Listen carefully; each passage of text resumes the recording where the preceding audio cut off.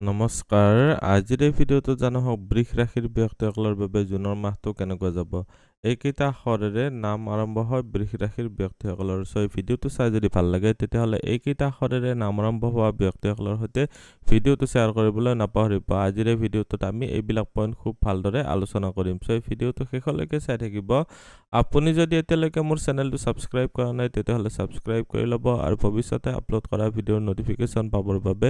বেল আইকনটো চুই all select কৰি দিব প্ৰথমতে জানো হওক আপোনালোকৰ স্বাস্থ্যৰ ক্ষেত্ৰত ৰাশিৰ অধিপতি দ্বাদশস্থ হৈ আছে এইটো এটা ভাল স্থিতি নহল শুক্ৰ গ্ৰহটোৰ দৃষ্টি ৰোগৰ স্থানতো আছে ৰোগৰ স্থানৰ মালিক হয় পানী বেছিকৈ খাব পানী যদি বেছিকৈ নাখায় কিছুমান স্কিনজনিত প্ৰব্লেম হ'ব পাৰে দেহৰ ছালৰ উজ্জ্বলতা কমি যাব পাৰে এইখিনি সময়ত কিডনীজনিত প্ৰব্লেম কিডনী ষ্টোন হ'ব পাৰে বা যিসকল ডায়েবেটিছ ৰোগী আছে তেওঁলোকৰ কাৰণেও প্ৰব্লেমেটিক হ'ব পাৰে সাৱধান হ'ব লাগিব আপোনালোকৰ শনি গ্ৰহটোৰ দৃষ্টিও ইয়াৰ পৰা আছে ইয়াতে আৰু শনি গ্ৰহটোৰ দৃষ্টি আছে আপোনালোকৰ পঞ্চম ঘৰত আপোনালোকৰ গেষ্ট্ৰিকৰ কমপ্লেইন হয় বুকুৰ বিষ পৰ্যন্ত হ'ব পাৰে ৰোগৰ স্থানত বৃহস্পতিৰ দৃষ্টি দিছে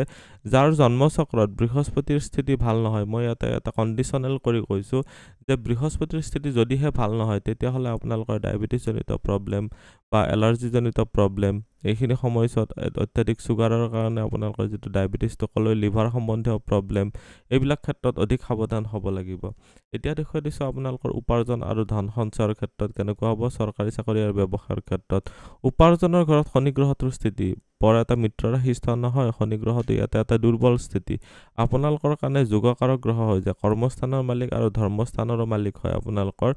বৰ্তমান শনি গ্ৰহটোৰ স্থিতি যিহেতু অলপ মজবুত নহয় বৰ্তমান সময়ছোৱাত যদিও এটা পাপক গ্ৰহ হয় ইনকামৰ ঘৰত আছে কষ্টটোতো কৰোৱাব কিন্তু ইনকামত বৃদ্ধিৰ কাৰণে বৰ এটা ভাল নহ'ল এইখিনি সময়ছোৱাত কষ্ট বেছি আৰু ফল কম দেখা গৈছে আপোনালোকৰ ছাৰ্ভিচৰ ঘৰৰ মালিক শুক্ৰ গ্ৰহটো ইয়াতে দৃষ্টিও দি আছে ঘৰৰ পৰা দূৰত যায় যদি কোনোবা কিবা কাম কৰি আছে তেতিয়াহ'লে প্ৰমোশ্যন পাব এইখিনি সময়ছোৱাত পদোন্নতি বা প্ৰমোশ্যনৰ যোগ বনাইছে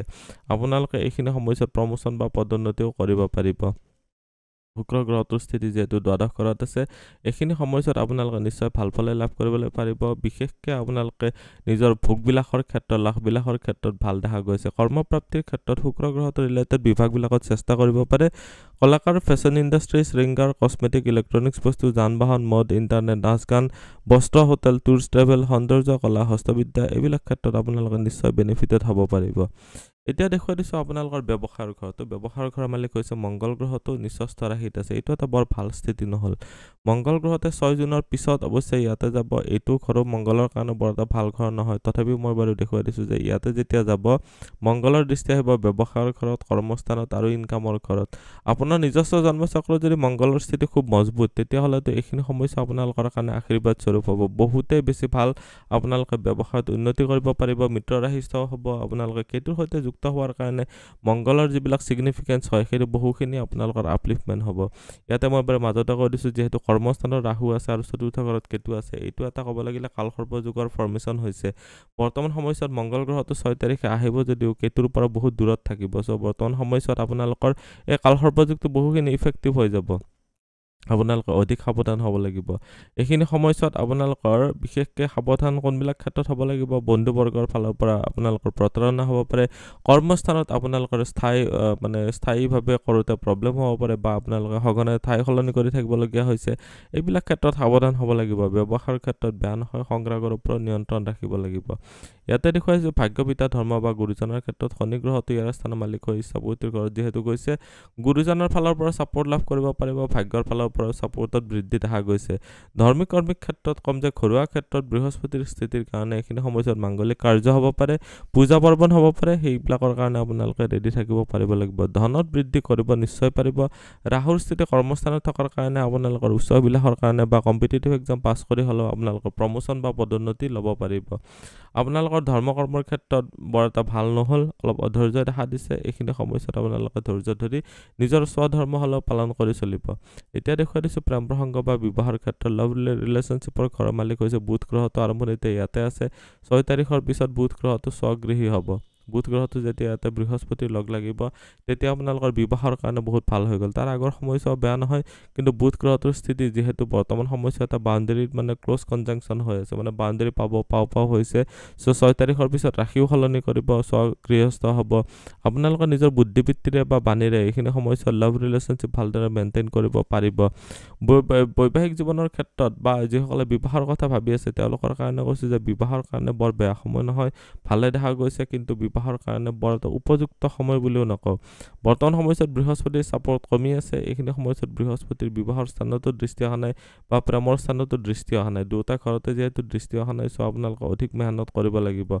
লাভ ৰিলেশ্যনশ্বিপৰ ক্ষেত্ৰত চালে বিৰক্তি ভাৱ আহিব পাৰে। শনিৰ সপ্তম দৃষ্টি যিহেতু পৰি আছে, ইয়াতে আপোনালোকক লাভ ৰিলেশ্যনশ্বিপৰ ক্ষেত্ৰত অন্যায়ত লিপ্ত কৰাবও বিচাৰে। সাধাৰণ শিক্ষা উচ্চ শিক্ষাৰ ক্ষেত্ৰত চালে সাধাৰণ শিক্ষাৰ ঘৰৰ মালিক হৈছে কেতু। উচ্চ শিক্ষাৰ সাধাৰণ শিক্ষাৰ ঘৰত কেতুৰ কণ্ট্ৰল আছে আৰু মালিক হৈছে ৰবি আৰম্ভণিতে লগ্নতে আছে, বহুত ভাল স্থিতি। 15 তাৰিখৰ পিছত দ্বিতীয় স্থ হ'ব, সেইটো এটা বেয়া স্থিতি নহয়। চ' বৰ্তমান সময়ছোৱাত আপোনালোকৰ পঢ়া শুনাৰ ক্ষেত্ৰত অলপ বিৰক্তি ভাৱ আহিব পাৰে। কেতু থাকিলে মানে বিৰক্তি আহে, অনিচ্ছা ভাৱৰ কাৰণে পঢ়া শুনাৰ ক্ষেত্ৰত বহুত পিছ পৰি যোৱা যায়। চ' হঠাতে কি হয়, মানুহে পঢ়া শুনা এৰি দিয়ে, তেনেকুৱা পৰিস্থিতিৰ সৃষ্টি কৰিব পাৰে। চ' ধৈৰ্য ধৰি পঢ়ি থাকিব। উচ্চ শিক্ষাৰ ঘৰত আপোনালোকৰ শনিৰ দৃষ্টিৰ কাৰণে বৰ্তমান সময়ছোৱা ভালে হ'ল। টেকনিকেল এডুকেশ্যন, ইঞ্জিনিয়াৰিং বা চিভিল ইঞ্জিনিয়াৰিং বা কনষ্ট্ৰাকশ্যন সম্বন্ধে কিবা যদি পঢ়ি আছে তেতিয়াহ'লে বহুতে ভাল ফল লাভ কৰিবলৈ পাৰিব। আজিৰ এই ভিডিঅ'টোত বৃষ ৰাশিৰ ব্যক্তিসকলৰ বাবে জুনৰ মাহটো কেনেকুৱা যাব গোটেইখিনি জানিলোঁ। ভিডিঅ'টো চাই কেনেকুৱা লাগিলে কমেণ্টত নিশ্চয় জনাব। আপুনিও যদি আপোনাৰ বিষয়ে জানিব বিচাৰে তেতিয়াহ'লে হোৱাটছএপত কণ্টেক্ট কৰিব পাৰে। ধন্যবাদ। এইটো ভিডিঅ'ত আগবঢ়োৱা জ্ঞানখিনিৰ পৰা যদি আনৰো উপকাৰ হ'ব ভাবে তেনেহ'লে বন্ধুবৰ্গ, আত্মীয় স্বজন আৰু চিনাকি মানুহৰ সৈতে শ্বেয়াৰো কৰিব। আপোনালোকে নেক্সট ভিডিঅ' কিহৰ ওপৰত চাব বিচাৰে কমেণ্টত জনাব। ধন্যবাদ।